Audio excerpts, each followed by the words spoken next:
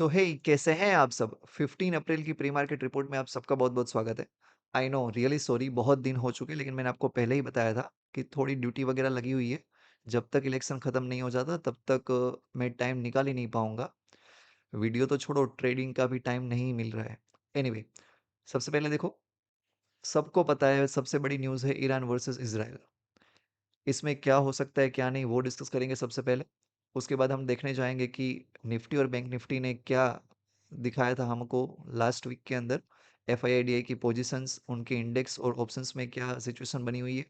फिर sectoral outcome समझेंगे। उसके बाद देखना होगा वर्ल्ड मार्केट ने कैसे रिएक्ट किया हुआ है। फिर हमारे पास जो ऑयल की मूवमेंट है, गोल्ड की प्राइस है, उन सबको डिस्कस किया जाएगा और फाइनली टेक्निकल एनालिसिस के साथ फिर ये वीडियो को ख़त्म करेंगे। अब देखो, वैसे तो मैं आज भी वीडियो बनाता नहीं, लेकिन जो हमारा लास्ट वीडियो में सिचुएशन था वो टोटली चेंज हो चुका है। मैंने आपको 1 अप्रैल को जो वीडियो दिया था उसमें क्लियर कट बताया था कि मार्केट को ऊपर ही जाना है। एक आध दिन वो नीचे जाए, ट्यूसडे को गया भी था, फिर तकरीबन 15 दिन से ऊपर ही ऊपर भाग रहा है। अभी लेकिन सिचुएशन टोटली चेंज हो चुकी है, इसीलिए मैं वीडियो बना करके थोड़ा-सा आपको गाइड करने की ट्राई करूँगा जितना मुझे समझ में आ रहा है। अगर मैं आपको दिखा दूँ कि लास्ट वीक का हमने जो डिस्कस किया था उससे कुछ बेनिफिट हुआ या नहीं हुआ? तो देखो, हमने जब वीडियो बनाया था ना तब निफ्टी है वो हमारे पास तकरीबन यहाँ पे था, ये वाली कैंडल। इस कैंडल पे हमने वीडियो बनाया था कि यहाँ से मार्केट नीचे नहीं आएगा, ऊपर ही जाएगा।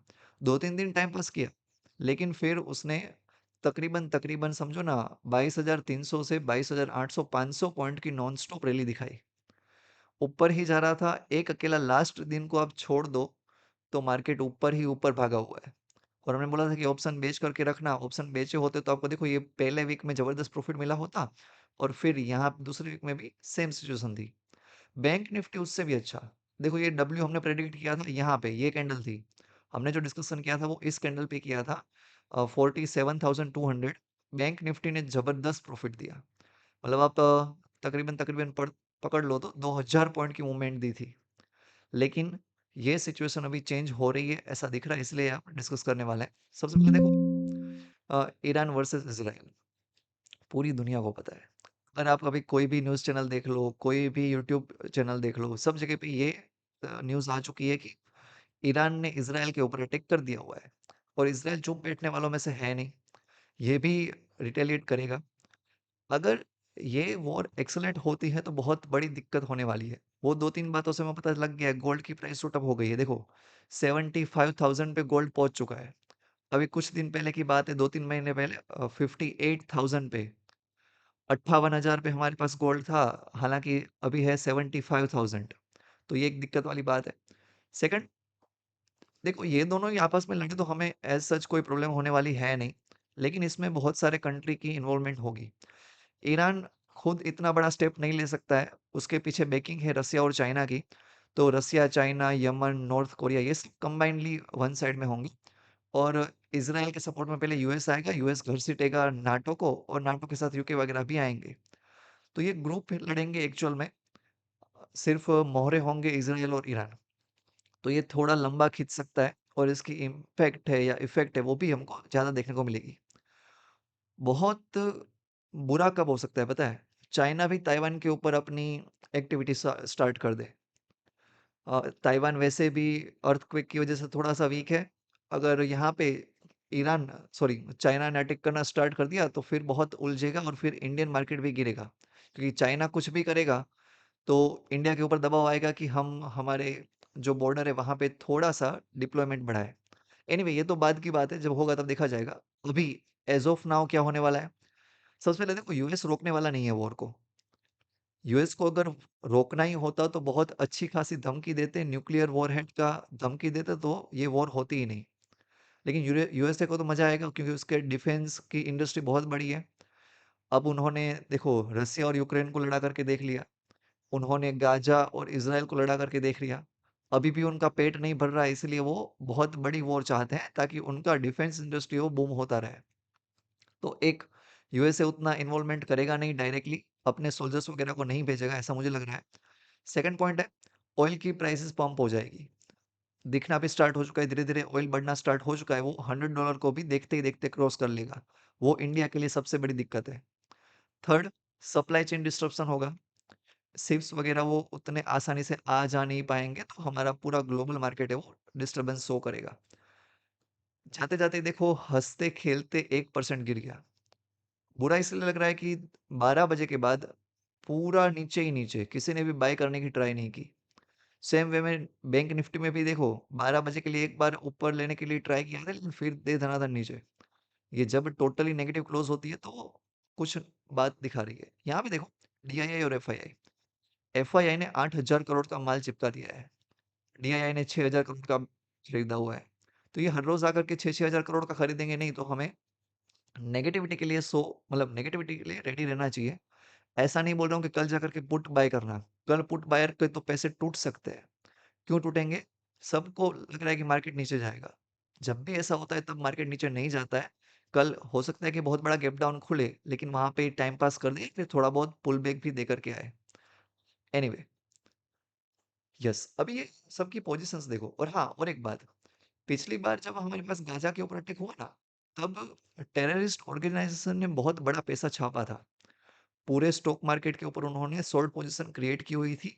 उसी वजह से जैसे मार्केट गिरे उन सबका अच्छा खासा पैसा बना था। सेम वे में यहाँ पे भी होगा। ये सब प्लान अटैक ही होते हैं और सबको पता रहेगा कि अटैक होने वाला, तो उनका पहले से पोजीशंस होंगे। यहाँ पे देखो अभी रिटेलर्स टोटली बुलिश है। ये गिरते मार्केट में एवरेज करने वाले बंदे होंगे। पुट उन्होंने कितना शॉर्ट करके रखा हुआ है, 4,32,000। ये तो कल खुलते ही गायब। जैसे ही इनका कल पुट खुलेगा, 3 गुना ऑलमोस्ट खुलेगा गैप डाउन के केस में। जब भी ये बुक करते जाएँगे, मार्केट धीरे-धीरे ऊपर-ऊपर चलता जाएगा। Next point, pro totally bearish है, एफआईआई भी बियरिश है। यस, ये भी सारी की सारी पोजीशन दिखा रही है हमको कि इंडेक्स में निफ्टी है वो ज़्यादा टूटने के चांसेस हैं, निफ्टी 50। हालाँकि निफ्टी बैंक है वो थोड़ा टाइम पास कर सकता है। ऑप्शंस के अंदर सेलिंग होती है मतलब टाइम पास का सीन है, जबकि इंडेक्स फ्यूचर के अंदर सेलिंग है मतलब वो डाउन जाएगा। एक बात है कि मिड कैप निफ्टी ज़्यादा गिर सकता है क्योंकि वहाँ पे ऑप्शंस के अंदर बाइंग है। क्योंकि ये मैं अज़म्पशन करके चल रहा हूँ कि ये उन्होंने पुट बाय किए होंगे। अगर पुट बाय किए हुए हैं तो जितना नीचे ले जाए उतना उनके लिए अच्छा है। देखते हैं अभी क्या होता है कल। सेम वे में हमने देखा कि कौन बुलिश है कौन बेयरिश। हाँ, ये देखो 50 स्टॉक में से 5 ऊपर थे, जबकि 45 स्टॉक डाउन थे। एफएमसीजी, ऑयल, फार्मा सब कुछ डाउन था। एक अकेला विक्स मेरा ऊपर जा रहा था। ये विक्स जितना ऊपर जाए ना अच्छी बात है। ये 15, 16, 18 में विक्स पहुंचे तो बहुत अच्छा है, तब तक ट्रेड मत करना। उसके बाद हम ऑप्शन सेलिंग बिंदास कर सकते हैं। यस, यहाँ पे बजाज ऑटो, टाटा मोटर्स, उनके जो मोटर्स के नंबर अच्छे आए थे उसकी वजह से ऊपर भाग रहे हैं। जबकि सन फार्मा, मारुति उन सब में सेल ऑफ दे धनाधन वाला। टोटल देखने जाए तो 2700 स्टॉक ट्रेड हुए थे, जिसमें से 1600 डाउन थे, जबकि 900 जितने अप थे। जापान को छोड़ करके पूरा एशिया डाउन। सबसे ज्यादा हांगकांग हमारे पास डाउन था। इंडिया भी 1% जितना डाउन था। यूरोपियन मार्केट में लेकिन ग्रीनरी थी। देखो ये ग्रीनरी हमारे पास थी, उससे हमें बहुत खुश नहीं होना है, क्योंकि इसके बाद न्यूज़ आना स्टार्ट हुई थी, जो हमको अमेरिकन मार्केट में देखने को मिलेगी। विक्स वहाँ पे 2% गिरा हुआ है, बाकी सब कुछ गिरा हुआ है। नेस्डेक देखो आप, डेढ़ डेढ़ परसेंट गिर गया। एस&पी 1.5% गिरा हुआ है। डाउ को तो फिर भी संभाल के रखा हुआ है। और ये क्यों गिरा था? वो हिजबुल्लाह का अटैक हुआ था इसलिए। ईरान का अटैक में तो अभी बाकी ही है। कल आप मॉर्निंग में एशियन मार्केट देखना, तभी आपको पता लग जाएगा। यस, हमारे सारे आईटी सेक्टर 1-1% गिरे हुए हैं। बैंक हमारे 1.5% गिरे हुए हैं। देखते हैं क्या होगा। डाउ फ्यूचर 500 पॉइंट गिरा हुआ है। सेम गिफ्ट निफ्टी अभी 150 पॉइंट जितना डाउन दिखा रहा है, लेकिन उसके बाद क्या होगा वो इम्पोर्टेंट पॉइंट है। ऑयल हमने जैसा कि डिस्कस किया, लास्ट वीक ये हमारे पास 83 अराउंड घूम रहा था, ये अभी देखो 90 प्लस आ गया। तो ये दिक्कत वाली बात तो है। सब कुछ बढ़ रहा है। यस, अब आने वाले कुछ इवेंट है उसको डिस्कस कर लेते हैं। हालांकि मंडे को तो कोई फर्क नहीं पड़ेगा, टोटली ये वॉर के ऊपर कैसी न्यूज़ आती है उसी के ऊपर डिस्कशन होगा, लेकिन फिर भी डिस्कस कर लेते हैं। एक डिटेल सेल्स का डेटा आएगा। ट्यूसडे को मल्टीपल इवेंट्स हैं। चाइना के रिटेल, इंडस्ट्रियल और जीडीपी का डेटा आने वाला है। साथ ही में यूएसए का बिल्डिंग परमिट्स का डेटा होगा। वेडनेसडे को जापान और ब्रिटेन का बैलेंस ऑफ ट्रेड और इन्फ्लेशन डेटा है। और फाइनली फ्राइडे के दिन हमारे पास जापान का इन्फ्लेशन डेटा और ब्रिटेन का रिटेल सेल्स का डेटा है। यस, ये देखो निफ्टी फिलहाल के लिए अभी बुलिश है। टेक्निकली देखने जाऊँ तो अभी कहीं से भी निफ्टी हमारे पास बियरिश नहीं है। ये वॉर की न्यूज़ ना होती तो मैं आपको बोलता कि बिंदास बाय करो, ये यहाँ पे ऊपर गया हुआ है, यहाँ पे पॉज़ लिया है, अभी ब्रेकआउट दे सकता है फिर से। लेकिन सिचुएशन कुछ अलग है तो सँभल के खेलना, ख़ास करके कल के दिन। कल के दिन हो सके तो ट्रेड ही मत करो। अगर आपने पुट लेकर के रखा हुआ था सैटरडे को, तो जल्दी से प्रॉफ़िट बुक करके निकल जाना, क्योंकि कभी भी ये घूम सकता है या फिर टाइम पास में पैसा उड़ा दोगे आप। बैंक निफ्टी भी सेम है, यहाँ पे अभी उतनी रेडनेस नहीं बनी हुई है जितना देखने को मिल सकता है। तो ये यहाँ तक तो बड़े आराम से आ सकता है, गैप डाउन ही उतना खिले तो फिर कोई मतलब ही नहीं है।